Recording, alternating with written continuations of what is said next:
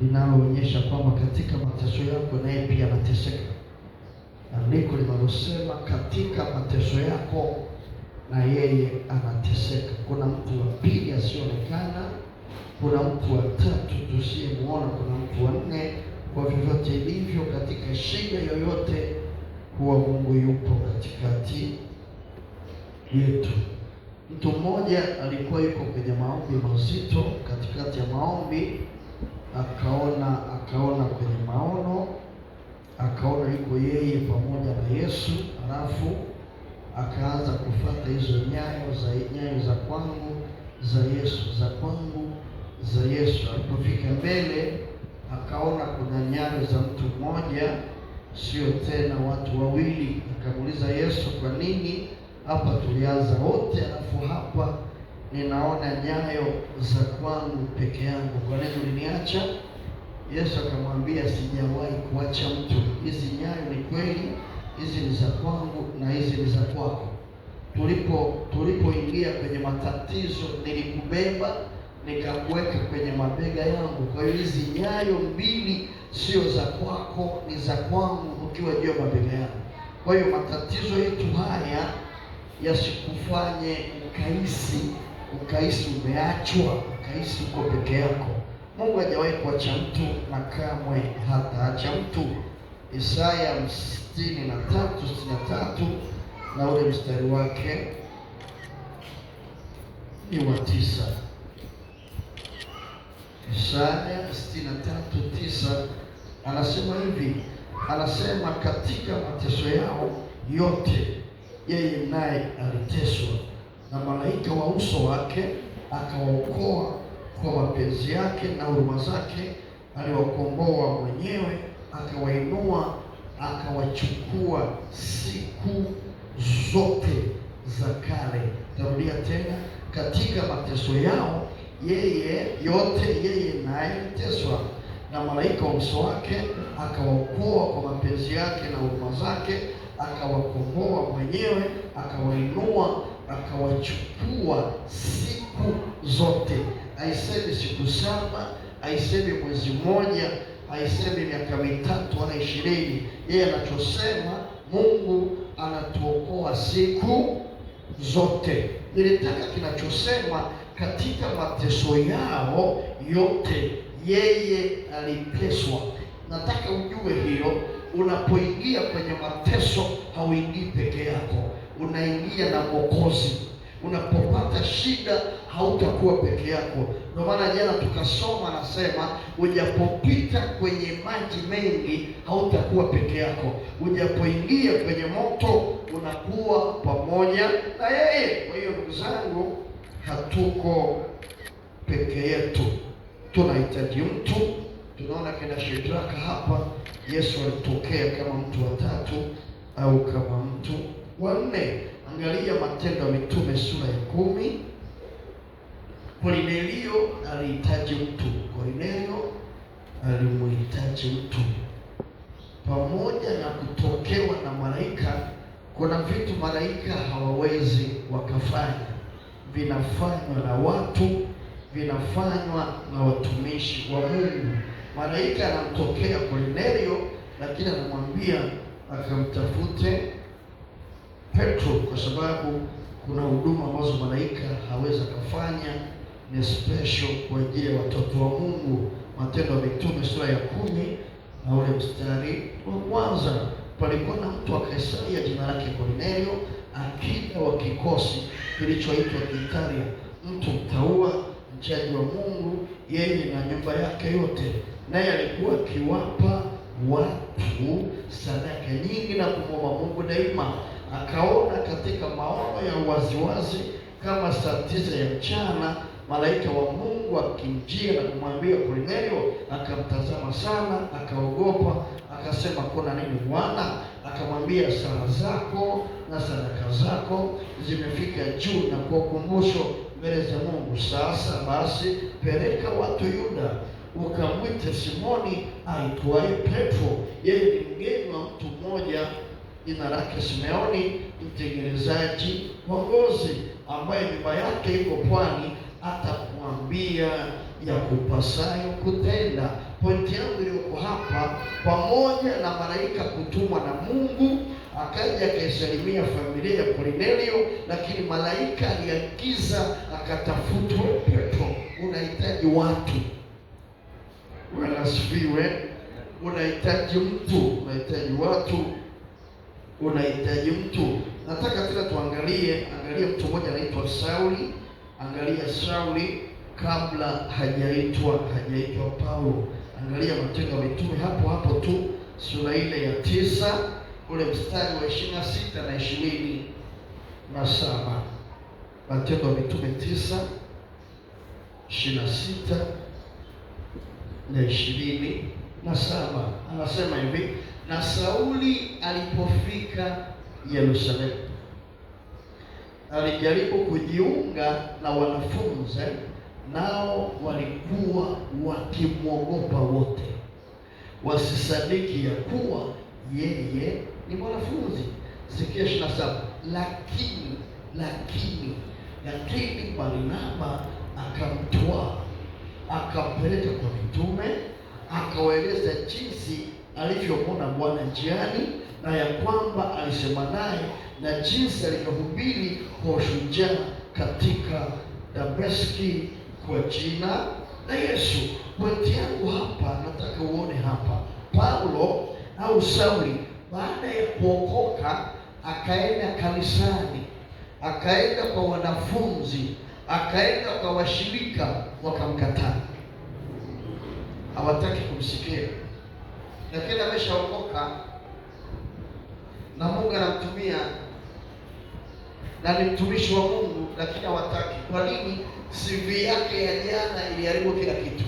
Lakini 27 panasema lakini Barnaba, ndio pointi yangu iko hapo. Anasema lakini Barnaba. Kwa tafsiri nyingine, Barnaba ndio mtu pekee aliyemsaidia Paulo. Unamhitaji Barnaba wako. Kila mtu anahitaji Barnaba. Barnaba ni wa muhimu, atakaye kutambulisha kwa watu, atakaye taja taarifa zako. Unahitaji mtu wa kukutambulisha. Kama hautakuwa na mtu, hautafika popote. Lazima mtu akutambulisha, lazima mtu akusemee, lazima mtu akuongelee. Hakuna naye kufahamu. Paulo kaokoka, ameshakuwa mhubiri, watu wanapona, watu wanafunguka, lakini hawamtaki. Kwa nini? Anahitaji mtu. Kwa tunahitaji watu wa kutoa CV zetu nzuri. Tunahitaji watu wa kututambulisha. Tunahitaji watu wa kutusemea. Na jihadhari sana kama kuna mtu amekusemea sehemu, usigombane naye. Kama kuna mtu amekusemea, kuna mtu amekupeleka, kuna mtu amekutambulisha, jihadhari sana, usimwharibie huyu mtu. Usitake kuwa na umaarufu kuliko yeye. Aliyekutambulisha mheshimu kama mzazi wako. Awe na akili kama wewe, awe na akili chache, awe ni mgonjwa, awe ana matatizo, mtu yoyote akisha kutambulisha, mpe nafasi kama mzazi wako. Kwa nini akusemee? Kwa nini akuongelee? Kwa nini akuzungumzie? Usitake nataka kujieleza ulivyo bora kuliko mtu aliyekutambulisha. Hata kama wewe ni bora, wataona, sio wewe ujisemee.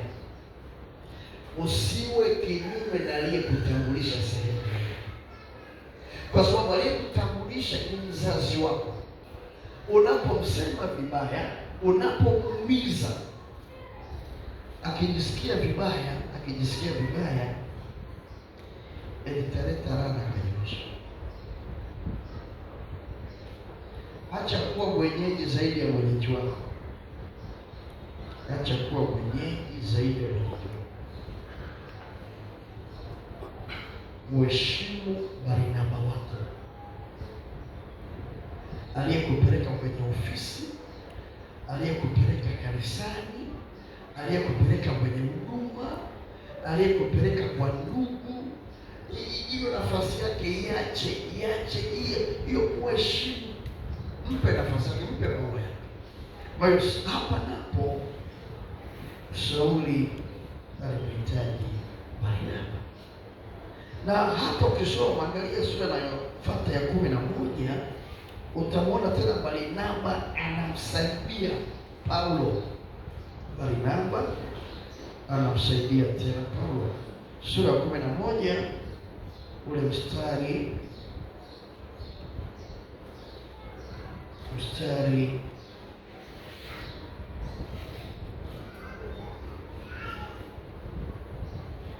wa 25 hapo, 25 mpaka 26. Matendo ya Mitume 11:25 panasema huyo ni Barnaba. Kisha akatoka akaenda Tarso kumtafuta Sauli, manake Paulo. Hata alipokwisha kumwona akamleta Antiokia. Ikawa kwa muda wa mwaka mzima wakakusanyika pamoja na kanisa na kuwafundisha watu wengi, na wanafunzi waliitwa Wakristo kwanza hapo Antiokia. Ukisoma ile sura ya 10, Paulo alishikwa, wakataka kumuua, ikabidi akatoroka, akakimbia, akapotea miaka 14. Kilichomtokea Musa alipoua alikimbia miaka 40. Na nilisema juzi aliua kwa sababu ya wito. Sasa Sauli naye walipomshika wakataka kumuua, na yeye akasema nimeanza kabla ya wakati. Alikimbia, akatoroka, akaenda Uarabuni, akakaa miaka 14. Hayupo, hajulikani. Anamtafuta Mungu, anayeombea majina yake, anajitafuta. Baadaye likafunguliwa kanisa katika Antiokia. Lilipofunguliwa kanisa, ndio Barnaba akaenda kumtafuta alikojificha. Alikotoroka akamshika mkono, ni mzazi wake kabisa, akamleta Antiokia. Wakakaa mwaka mzima wanafundisha kanisa. Kwa hiyo mtu aliyemsaidia Sauli au Paulo anaitwa Barnaba. Kina Barnaba ni watu wa muhimu sana katika maisha yetu. Kina Barnaba ni watu wa muhimu sana katika maisha yetu. Tangu nianze nimekuwa nasema muombe Mungu akupe mtu sahihi. Muombe Mungu akupe mtu sahihi, kwa sababu kama hautapata sahihi, kuna vitu kwenye maisha havitakaa salama. Kama hatakupa mtu sahihi, kuna vitu havitakaa salama. Mfano, angalia Mambo ya Nyakati wa Pili sura ya 20 mstari wa 35 mpaka 37. Na nafikiri andiko hili nitafanya nielewe kwa sehemu kubwa. Nyakati wa Pili 20, Mambo ya Nyakati wa Pili 20 35 mpaka 37. Omba Mungu akupe watu sahihi kwa majira sahihi. Anasema hivi, Nyakati wa Pili 20:35 mpaka 37. Anasema baada ya hayo Yehoshafati mfalme wa Yuda, sikia hii, akapatana na Hazia mfalme wa Israeli, naye huyu ndiye aliyefanya mabaya mno. Akapatana naye kufanya merikebu za kuendea Tarshishi wakazifanya merikebu zile huko, anasema Esioni Gedari. Ndipo Eliazeri mwana wa Dawahu wa Maresha akatoa unabii juu ya Yehoshafati akasema, kwa sababu umepatana na Hazia, Bwana amezivunjavunja kazi zako, zikavunjika merikebu zisiweze kufika Tarshishi. Bwana Yesu asifiwe. Huyu ni mfalme wa Yuda, kaokoka kabisa, anaenda mbinguni, hana shida. Akafanya urafiki na mfalme wa Israeli. Maandiko amesema alikuwa ni mtu mbaya mno, Kwa hiyo huyu wa Mungu huyu Yehoshafati akamtafuta mfalme wa Israeli, wakafanya urafiki, wakapatana, wakaingia share kufanya biashara. Yeye ana Mungu, mwenzake ana miungu. Yeye ana malaika, mwenzake ana majini. Ana watumishi wa Mungu, mwenzake ana waganga. Wakaingia kufanya mapatano ya kibiashara, wakaanzisha meli, biashara nzuri sana, meli ambayo inaenda Tarshishi, inabeba mizigo ya dhahabu, halafu inaleta kwao. Na kazi imeanza, akatokea nabii, akaenda kutoa nabii. Nabii Mungu anasema hivi, kwa sababu umefanya mapatano na Hazia, Bwana amezivunjavunja kazi zako, zikavunjika merikebu. Kwa hiyo mahusiano yetu ya watu wasio sahihi yanaweza akafanya Mungu akazivunjavunja kazi zako. Unapokuwa na watu ambao hawana Mungu, ukafanya nao mambo makubwa, ukija kanisani wanaenda kuzimu, ukija kwa mchungaji wanaenda kwa waganga, ukienda kwa Mungu wanaenda kwa shetani, inafanya Mungu atasharibu kazi zake. Kwa mara nyingine mambo yetu hayaendi kwa sababu hatuna watu sahihi. Unaweza ukaishi ni sahihi, lakini madhabahu zenu ziko tofauti, miungu yenu ni tofauti. Kwa anachofanya Mungu, anaharibu kazi zake. Kwa hiyo Mungu anaweza akawa adui yako, Mungu anaweza akawa adui yako. Unapokuwa una marafiki maadui wa Mungu, na wewe pia Mungu anakufanya adui. Kwa hiyo omba Mungu akupe watu sahihi watakao kuvusha. Mungu anaowataka awalete kwenye maisha yako, awalete kwenye ndoto zako, awalete kwenye hatima yako. Jamani, wapo, lakini mpaka Mungu akuletee. Wapo kila maeneo, wapo kila kona, wapo kila mtaa, wapo kila kanisa, lakini mpaka tuombe. Na Mungu hana shida.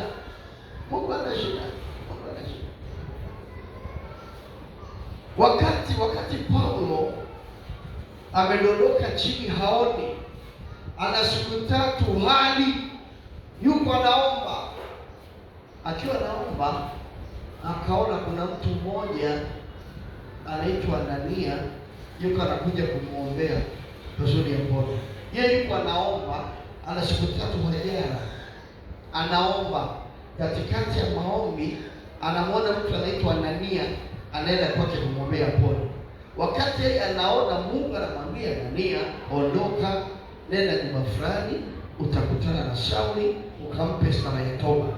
Anania akasema, hapana Bwana, mtu ni hatari, kaja kutuua. Akasema, nenda. Hivi ninavyoongea na wewe, yuko kwenye maombi, yuko anaomba, na yuko anakuona, unaitwa Anania, unaenda kumwombea. Kwa hiyo Mungu atakuonyesha unapotaka akuonyesha. Bwana Yesu asifiwe. Bwana asifiwe. Sio nitumie lugha gani, lakini niweke hivi. Yesu anasema wana wa ulimwengu huu katika kizazi chao wana hekima katika mambo yao, wana hekima kuliko wana wa nini?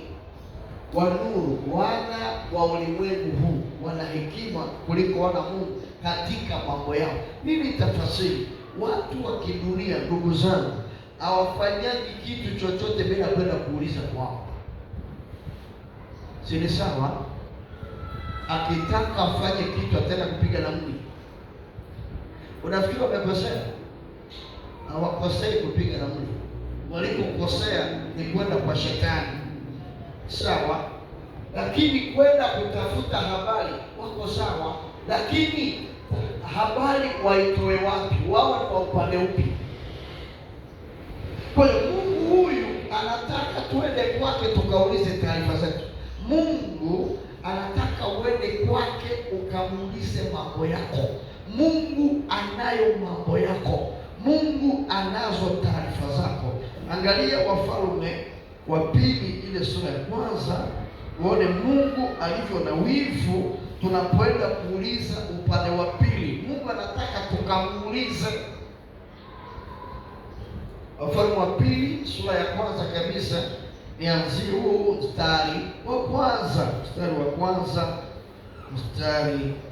kwanza mpaka ule wa 8, sio mbaya, mpaka 8. Anasema hivi: ikawa baada ya kufa kwake Ahabu, Moabu wakawasi Israeli. Ahazia ila leo tumemsoma ambaye mbele zake zilivunjwa. Ahazia akaanguka katika dirisha la chumba chake gorofani katika Samaria, akaugua. Sikia sasa, akatuma wajumbe akawaambia, enendeni mkaulize kwa Beelzebubu mungu wa Waekroni kwamba nitapona ugonjwa huu. Lakini malaika wa Bwana akamwambia Elisha Mtishbi, ondoka uende ukaonane na wale wajumbe wa mfalme wa Samaria, ukawaambie, je, ni kwa sababu hapana Mungu katika Israeli hata mnakwenda kuuliza kwa Beelzebubu mungu wa Waekroni? Basi sasa Bwana asema hivi, hautashuka katika kile kitanda ulichokipanda, bali hakika utakufa. Elia akaondoka. Bwana Yesu asifiwe. Huyu mtu kaugua, alichokosea sio kupata taarifa. Alichokosea ni chanzo chake cha taarifa. Kaenda kuuliza wapi? Bwana Yesu asifiwe.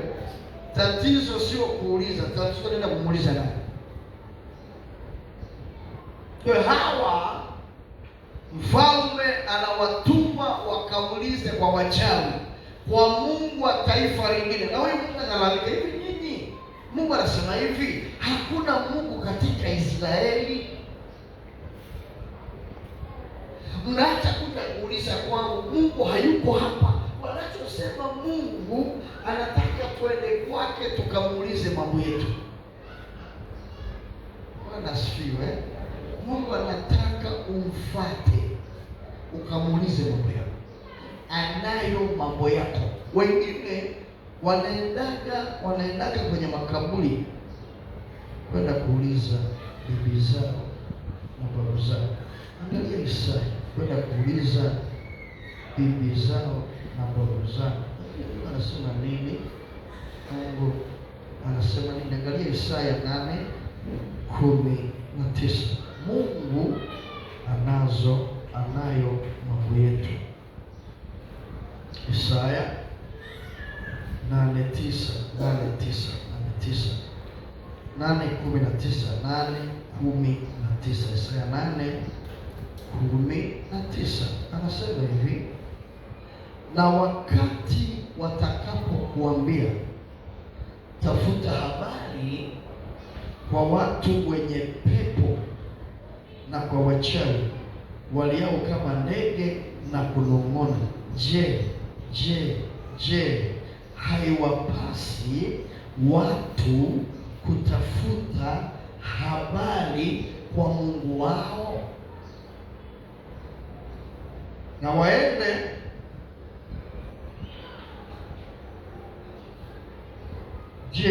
waende kwa watu waliokufa kwa ajili ya watu walio hai? Waende kwa watu waliokufa kwa ajili ya watu walio hai? Na namaanisha wewe uko hai, unaendaje kuongea na bibi yako aliyekufa? Wewe uko hai, unataka baba yako akwambie kitu gani? Baba yako aliyekufa, kwa nini asema kuhusu mjukuu wake aliye duniani? Kosa la mfalme Sauli alipoona Samueli amekufa na akimtafuta Mungu, hakuna cha ndoto, hakuna cha maono, hakuna sauti, aliamua kwenda kwa mganga wa kienyeji ili aongee na Samueli aliyekufa.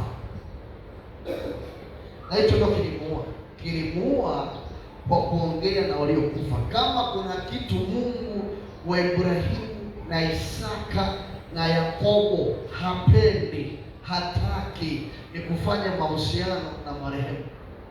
Mungu haitaki hiyo, haitaki. Lakini tunaenda kwa marehemu ili weje. Kwa nini tuende kwa marehemu? Ndivyo watu wanaenda. Sawa, acha waende, na wewe nenda kwa Yesu aliye hai. Kama unataka waliokufa, hata Yesu alikufa. Tunataka wafu tu, na Yesu alikufa. Kwa kama kuna mzimu, basi ni Yesu ndio mzimu mkuu aliyekufa na akafufuka. Nenda tu, yupo Yesu, anayo mambo yetu. Mungu ana taarifa zako. Kasema Isaya, usiende kwa waganga na wachawi kutafuta habari. Kumbe tuna ruhusa ya kwenda kwa Mungu wetu ili akatupe habari zetu. Kwa hiyo Mungu anayo mambo ya watoto wako, mambo ya ndoa, mambo ya biashara, mambo ya uchumi, mambo ya afya. Mungu ana kila kitu. Kwa hiyo nenda tu akueleze, kamuulize mambo yako, upata kupewa haki yako. Nenda kwa Mungu, muombe akupe watu sahihi. Haleluya.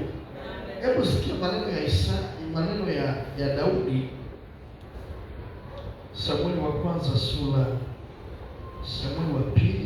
wa pili. Sikia Daudi anavyosema baada ya Jonathan kufa. Sikia Sauli anachosema Daudi. Samueli wa pili sura ya kwanza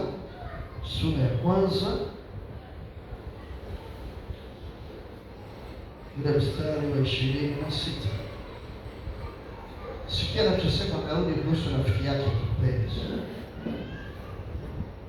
Samueli wa pili sura ya kwanza 26 anasema hivi: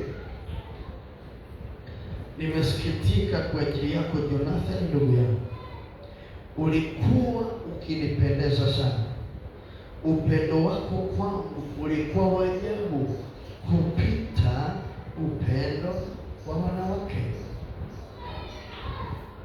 Daudi analia msiba wa rafiki yake Jonathani. Anapomlilia Jonathani, anasema nimesikitika kwa ajili yako Jonathani ndugu yangu, ulikuwa ukinipendeza sana. Upendo wako kwangu ulikuwa wa ajabu kupita upendo wa wanawake. Nilisema hapa majuzi, kama kuna kitu unafanya na watu, wakabidhi watu wanaokupenda kufanya vitu vyako, sio wewe unaowapenda. Nilisema juzi, unataka kufanya vitu na watu, wakabidhi watu wanaokupenda, sio wewe unaowapenda.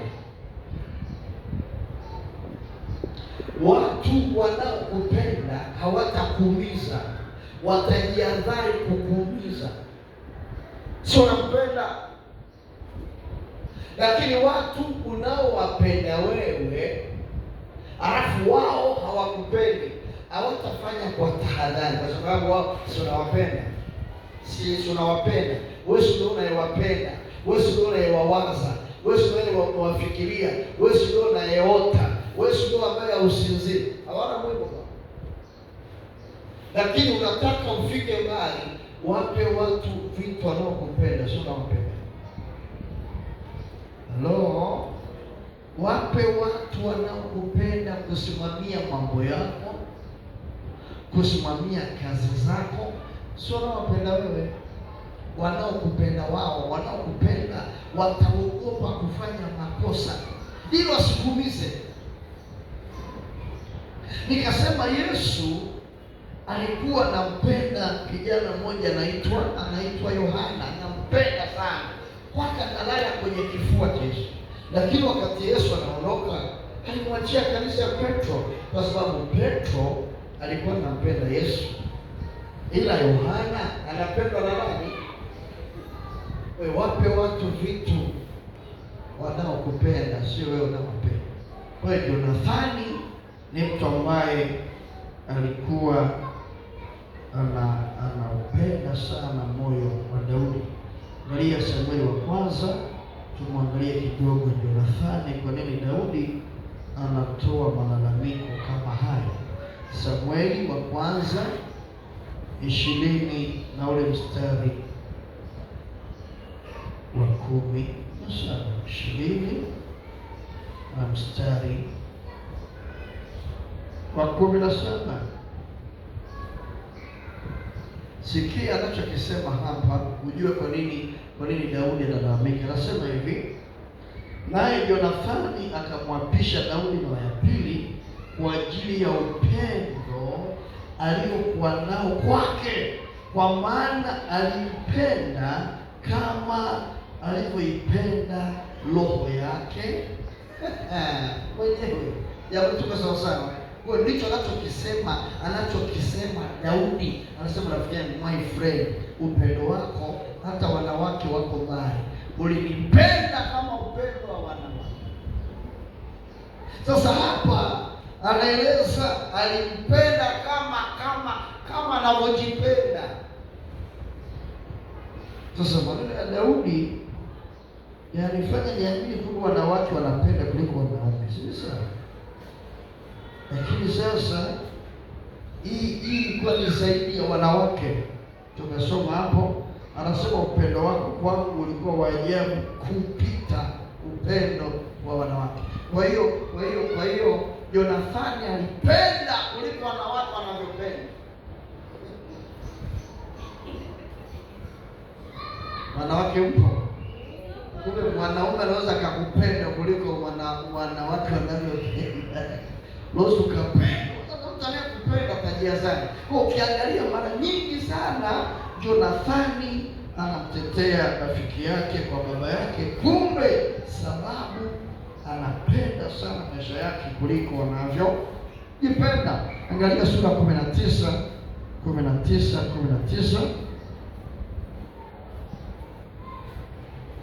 mstari wa kwanza na wa pili. 19:1-2, hapo nyuma yake anasema, kisha Sauli akasema na mwanawe Jonathani tena na watumishi wake wote kwamba wamuue Daudi. Lakini huyu Jonathani mwana wake Sauli alikuwa akipendezwa sana na Daudi. Basi Jonathani akamwambia Daudi akasema, Sauli baba yangu anatafuta kukuua. Basi nakusihi ujiangalie sana asubuhi, ukae mahali pasiri na kujificha. Bwana Yesu asifiwe. Maana hii baba yake anataka muue, alafu akapeleka taarifa inayotoka ikulu, inayotoka kwenye kikao cha siri, my best friend, ninakupenda, baba yangu anataka kukuua, ninaomba kesho tusionane. Urafiki, upendo, ukipendwa kama Daudi alivyopendwa na Jonathani, itakusaidia kuliko wewe unavyoanza. Angalia sura ya 18 mstari wa kwanza hapo.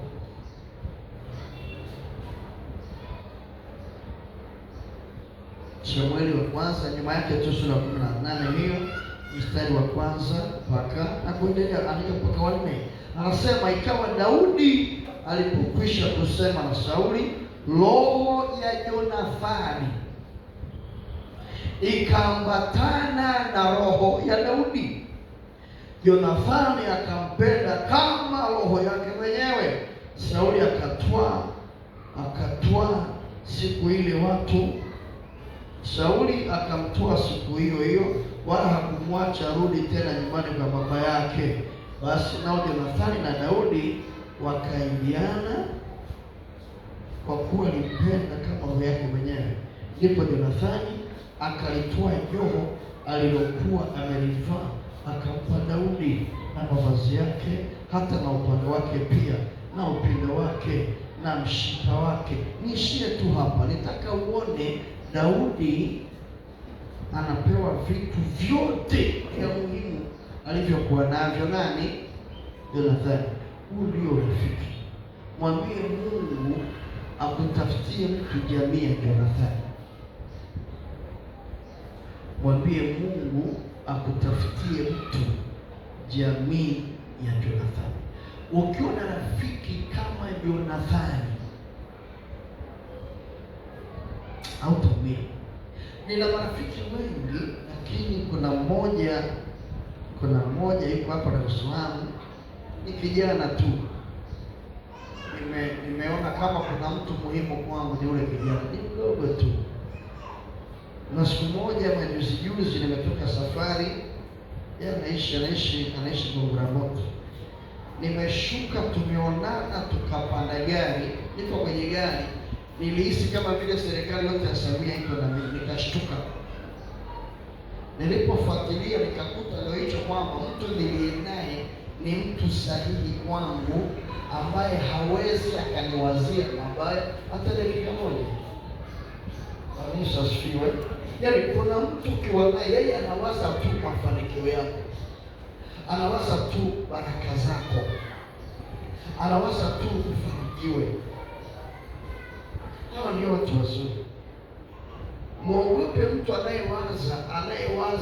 anayewaza kinyume cha maisha yako, anayewaza usifanikiwe. Ni mtu hatari. Lakini Mungu akikupa anayekupenda, maisha yako yatakuwa mepesi. Kwa hiyo omba Mungu akupe mtu sahihi. Bwana Yesu asifiwe. Ninazo dakika kama 15, ninaomba tusimame. Nimemaliza ndugu zangu, ili tuombe kwa hizo dakika 10 hapo. Nimekataa. Nataka somo liendelee. Haleluya. Nataka tumwambie Mungu atupe watu sahihi. Mwambie Mungu akupe watu sahihi watakao kusaidia.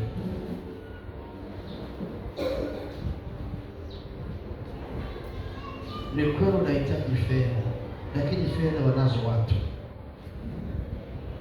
Chochote unachokihitaji watu ndio wamekishika. Hii dunia ina hela kuliko akili yako inavyowaza. Kuna hela nyingi sana, lakini watu muhimu ndio hatujawapata. Na kama Mungu ameweka ndoto kwenye maisha ya kwako, anaandaa watu pia kukusapoti hayo maono yako. Na watu wana pesa, wanatafuta pa kuzipeleka. Na nikueleze wewe ambaye Mungu amekupa hela, hizo pesa zilitoka kwa Mungu zikaja kwako, ili Mungu akuletee watu sahihi na huduma sahihi ukazisapoti. Juzi mchungaji hatukuwa naye hapa, alienda kukutana na askofu. na akaniambia kitu gani alikuwa anakiongea. Kuna mtu mmoja ni mzungu, kafanya kazi serikalini, amestaafu, ana hela nyingi, ana madola, mabilioni ya dola. Sasa ameamua kuchukua nusu ya mali zake afanye kazi ya Mungu. Kwa hiyo akaita mwanasheria, wazungu hawana shida hapo. Akasema mali ni ya kwangu, nilitafuta mimi. Hizi mali zangu nusu ni za watoto, halafu nusu zinaenda kufanya ufalme wa Mungu. Nikuuliza swali, unaonaje mtu kama huyu ambaye kakubali nusu ya mali zake na anafanya wakati hajafa, kwa sababu anajua akifa watoto hatafanya, otherwise mkataba na ongee. Lakini unamwazaje mtu huyu ambaye kaamua nusu ya utajiri kuwekeza kwenye ufalme? Yuko Marekani, tayari mchungaji wako ameitwa na wachungaji wengine wameitwa na wameondoka, ameenda Morogoro kukutana na watu wengine, anachukua utajiri. Kwa nini? Nirudie tena jamani, pesa zipo, ile hatujaomba. Ukiomba Mungu atakuletea watu. Kuna watu wana pesa, wanawaza wasipeleke wapi. Kuna watu wana nyumba, wanawaza wasipeleke wapi. Kuna watu wana mashamba, wanawaza wayapeleke wapi. Na wao na Mungu hawana shida kabisa. Ni kama Kornelio, pesa zake na utajiri wake alipeleka kwenye ufalme. Nyosha mikono, sema Bwana Yesu,